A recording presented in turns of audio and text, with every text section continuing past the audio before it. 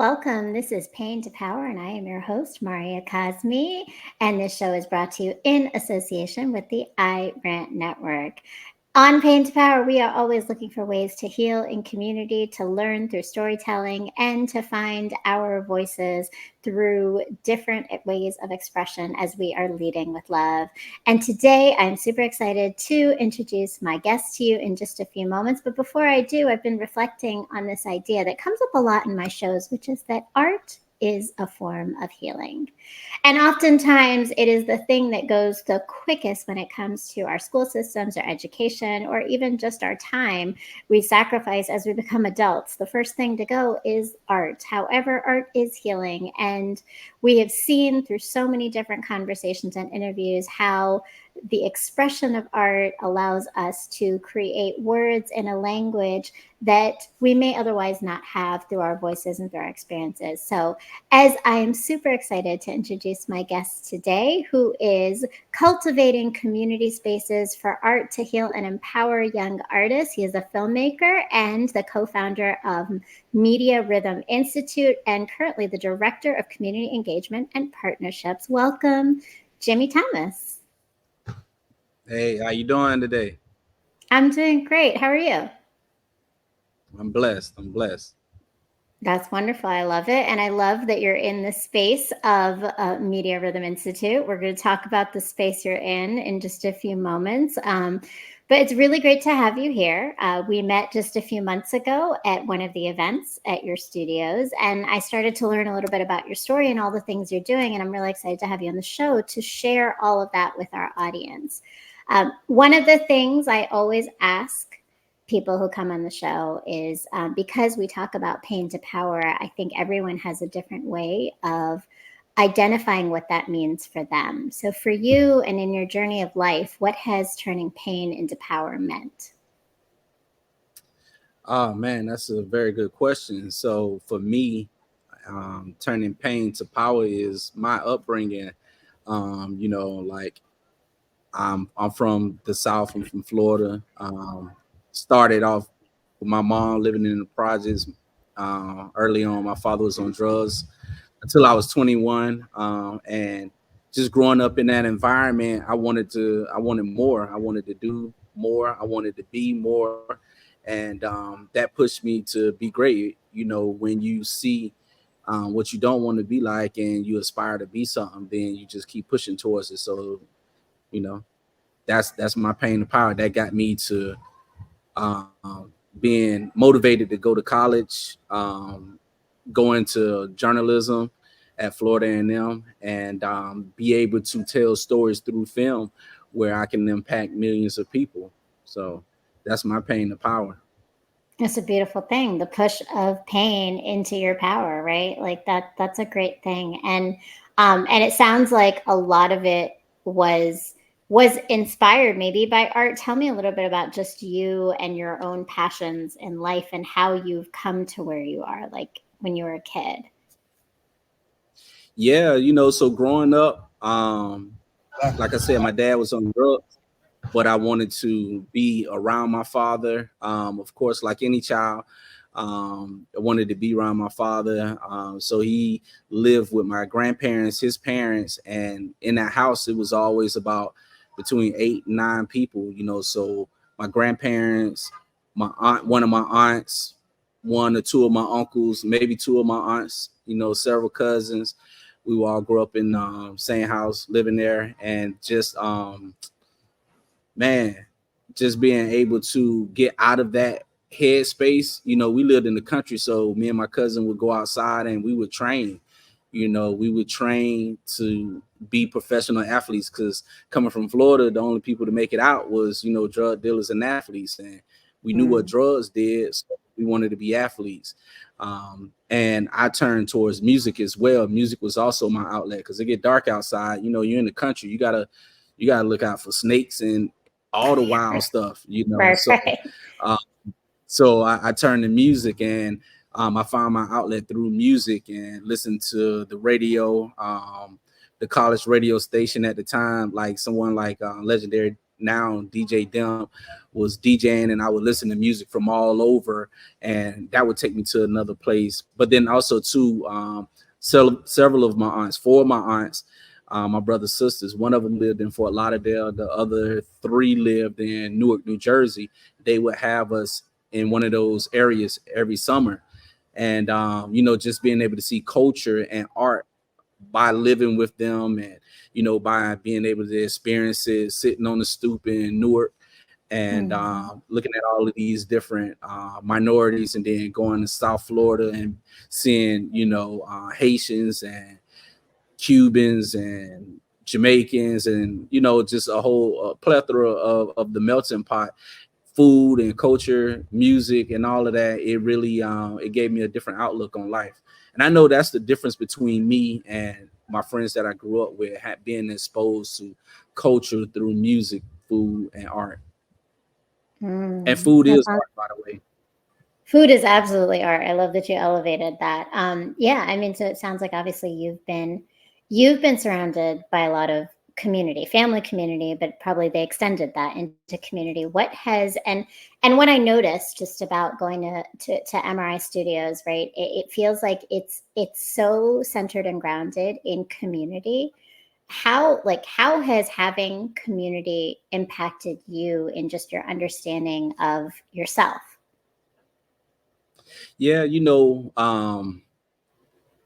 so you gotta think about it like this, right? I am from North Florida, and which is pretty much South Georgia, South Alabama, and a lot of people, like my I asked my grandmother where, um, how far back could she remember her family members, and she could just remember people picking cotton.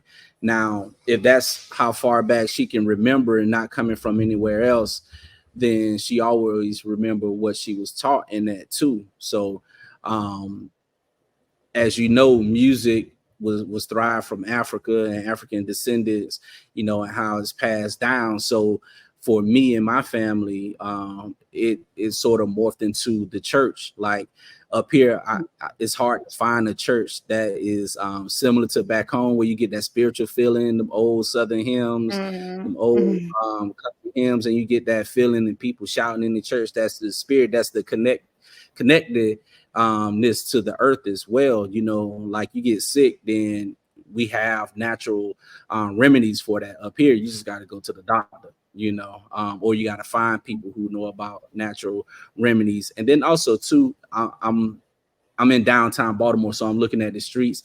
It's hard to find like places where you could go and take your shoes off and get grounded back to the earth. Like I said, I grew up playing, in the country, so we racing on the dirt road with no shoes on. So always being grounded, within earth, within nature, is one of the things that I bring with me here, because that also correlates to being grounded in community, just being knowledgeable and respectful of where you are, and hoping to receive that in return. So therefore, I do certain things that my counterpart, like my business partner, really says elevates our business, which is hospitality. People forget about that. Like, yes, ma'am, no, ma'am, yes, sir, no, sir. Even someone who may be around the same age as you, it's just about respect. And I'm teaching these young kids that too, as I'm out and I'm speaking and I'm greeting people. That's how I was raised. But, sometimes people get away from that when they become adults. So my upbringing definitely shines through even to my business acumen now.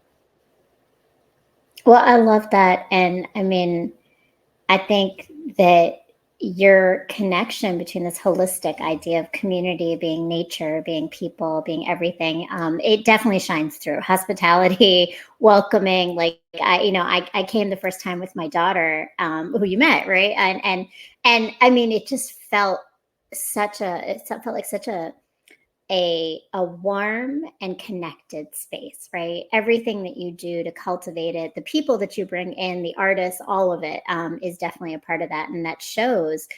But so, from that, right? You then went from music to film. What was that transition? I mean, what else did you do with music, and then how did you end up in film? I didn't do anything with music besides listen to it. I don't rap. I don't write music. I don't dance. The way I got into film is I wanted to be an educator, and growing up where I'm from, once again, most people that well, I didn't want to be an educator at first. I just wanted to be successful, and I stopped training. Like I said, my cousin kept training, so he ended up going to college for football. He ended up coming to the Ravens, which is how I ended up here for Mm. football. And I stopped because I ended up moving with my mom, and then at that point, I just wanted to get some money. So that's what I was doing. I was getting money, and then um, you know went downtown. So you hit the alarm. So I end up not alarm but fire truck. So we end up figuring out life by doing what everybody else did. Started working for the Department of Education. I was working for the Commissioner of Education when I graduated high school, just as a school grad internship situation. And then that's when I Mhm. learned how education worked, because Florida is most definitely a red of the red states. And I realized that the Commissioner of Education and everybody up under him, what their thought process is, how our bills for education, how things are getting moved. And it gave me a better outlook on, why education system is how it is. So I wanted to Mm. be a teacher, be able to reach back and educate young people that grew up in my communities. And at this time, I was going to junior college. And while at junior college, I was making good grades because school always been easy to me, except for math. And while in junior college, I found I had a disability in math, so I could no longer be an educator because you have to have math. And I went to FAM after that, and they asked me why, and I told them why I wanted to be an educator, which is what I just told you. And my guidance counselor was like, maybe you should look into journalism. And I was like, all right. She was like, go to colloquium. So I went to colloquium for journalism, and Professor Ritchie was like, with one TV show, you could reach 1 million people. And I was like, man, if I was a teacher, I might be able to reach 200 some kids a year, and that's if I'm coaching basketball. I play basketball. Mm. That's if I'm coaching basketball. But with one TV show, I could reach 1 million people. I was sold from there because, my mission, my hopes is for young people to see themselves in different light. And that's matriculated into, funny enough, me not only being an educator, but me creating a company that has 5 different programs, media and entertainment programs in 9 different schools. And we have at one school, we got 3 different facilitators. So, think about me wanting to be a teacher on a micro level. But God said on the macro level, nah, let me show you a little bit more and how to reach even more people. So now we got about 12 facilitators, one here today with his kids teaching dance, after hours. And so we got dance, DJing, graphic design, channel media, which is everything with the cameras, similar to what we're doing now. I rhyme, where they learn how to produce beats and write music. So we're not only creating young people, um, and a way for young people to have a voice, which giving them opportunities to earn money too, because they get booked for shows and stuff. So now they see that this is a valuable and viable career path that they can do. So it's just a blessing, something I never thought that would happen. And then we move into this space where we are now, so 2021, from doing everything we was doing with MRI programs in 2017 to 2022, we're here in MRI studios, where we take the best of the best students, because we're reaching over probably about 2,500 students a year in all the schools we in. But the best of the best come here, the ones who take it real serious, the ones who really want to do this. They come here and they practice and they go hard, and then they get opportunities to get booked for shows, or their artwork is up in here and they get their artwork purchased by people. This is just it's something I couldn't even fathom in the beginning Mm. of my journey. Wow, but what a full And circle thing, right? Like, and with a wider reach, which is really powerful because you are doing some amazing things, and I think you needed to have that wider reach, like you said, right? The universe put you where you're supposed to be through that path. And so, I mean, your passion is definitely this space. So, tell me a little bit about um, the creation of Media Rhythm Institute. Like, what was the beginning spark to this? You talk about it as this space for creative incubator, right? So, what was it that got you to start it? yeah, so even before MRI Studios was MRI programs, the curriculum and the facilitation of education. But before that, um, I created with another business partner, Curators of Hip Hop, where we are filmmakers and we highlight elements of hip hop internationally. So the five main elements of hip hop. And we created a documentary where we followed two artists for 4.5 years to show the grind that it takes in order to make it in the industry. And when I say make it, I mean get signed. A lot of people think when you sign to a label, you made it, but you really just took a loan. And so we followed the artist named Pre, and then we from Hawaii, and I followed the artist here named Logic. And after those 4.5 years, Logic got signed earlier than 4.5, but we just followed him a little bit longer um, to show the grind that it take. For a kid that was in somebody's basement to have a big house in LA, to be Def Jam's Mm-hmm. highest artist for like 3 years, to take that dream and manifest it. And that was important because I don't know if you ever seen the documentary Hoop Dreams about those Chicago basketball players, Mm-hmm. but that's what this documentary is the Hoop Dreams of hip hop. So from that, we toured our film to over 30 colleges in 2.5 years, and we would do 4 activations. And one of those activations, we would have artists from DC, Baltimore, and Richmond, Virginia, go with us and perform because we wanted to expand positive hip hop. And then when we go to cities, we would have local positive artists come out and perform at these colleges. So, really giving them a lane to pursue their career and broaden their horizons. And one of those artists goes by the name of Dev Rock, who is from Baltimore City. He's a poet, he's an artist, and I took him to about 8 colleges within 7 months. And on our way back from Syracuse and Flint, he was like, "Hey, man, I know you say you're not a manager, but you teaching kids how to use the cameras over at this school. I'm teaching kids how to make music.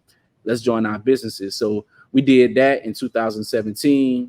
Hence, fast forward to 2021, being in several schools, winning downtown partnerships boost program, getting us in this space, and being able to get us in this space gave me the opportunity to do what I was doing with Curators of Hip Hop by curating events. Now I had a stabilized location to do it, right? And bring in artists that I've known from before, artists that I'm meeting now, people that I know in the industry, and they're connecting me with other people because people move. Somebody can be in this position this year and then a whole nother position the next year or transition into something else. So, Right. you know, that's what we're bringing in this space, and giving artists in this city an opportunity to trampoline and grow their network um, with other people outside of the city. That's beautiful. And what a trajectory to get there, and to now be to have co-founded this with Dev Rock, to have this all come together is an amazing thing. So you're located on 20 North Howard Street in Baltimore, Maryland, right? But the location in and of itself, it feels like there's a lot of intentionality of where you brought this space. Tell me a little bit about like your thoughts on that and why that particular location for you. Yeah, I'm gonna be honest. I think it's downtown partnerships idea to revitalize Howard Street, which used to be a really booming location. They really want to revitalize downtown, but they are starting with Howard Street, and they showed us several vacant locations. So when we found this spot, it's in a great location. It's downtown. You can access it through public transportation. Right now, I'm watching Oriole fans, go by and go to the game. They're getting off the train because Oriole Stadium is right down the street. The other day, Friday, it was, I'm talking about 20, 30 people hopping off the train at a time, running down to the game, right? We're a block up from CFG Bank Arena. We're right around the corner from Lexington Market. Our next door neighbor is Everyman Theater. Right around the corner is the Hippodrome, right? You have all of Mhm. this art stuff going on here, but not really black art going on, and that's what we bring to the table. Baltimore has a really eclectic art scene, all different forms of art. And we want to be downtown. We want to be right here on Howard Street, help revitalize it, help bring people to the space. People are already frequenting CFG Bank Arena, they're frequenting Oriole Stadium, they're frequenting, the famous, world famous Lexington Market, Everyman Theater. And we just want to be a part of that situation. For us, this location where we are, we're going to be the heartbeat of this particular block. Yeah, you are the heartbeat, I think, right? And the beauty of it is that black owned business in the heart of Baltimore, in this area where, yeah, there's so much commuting, so many people. I remember I was there one night and I think someone had a concert and Stevie Nicks, and it was packed. It was hard to get a place to park even to get there, right? Um, Yeah. but but I think the additional pieces, but you're growing the innovation of the community too. So, like, through your space, you're building more Black owned businesses just by being who you are, by doing what you're doing. Which, like, when you think about the rapid gentrification of Baltimore, there's a lot of power in that. And that's important. And in addition, like, so one of the things I read about is that there's a real STEM focus. Can you talk a little bit about what STEM is and how STEM comes into the focus of your approach to creating the MRI studios? Yeah, we like to use the term STEAM because we got the art within that. So when you have, science, technology, engineering, art, and for us, music, but also music is math, because it Mhm. goes hand in hand. You got to be able to count bars. It's really important for our young people to understand that what we do, it directly translates and correlates to your education, right?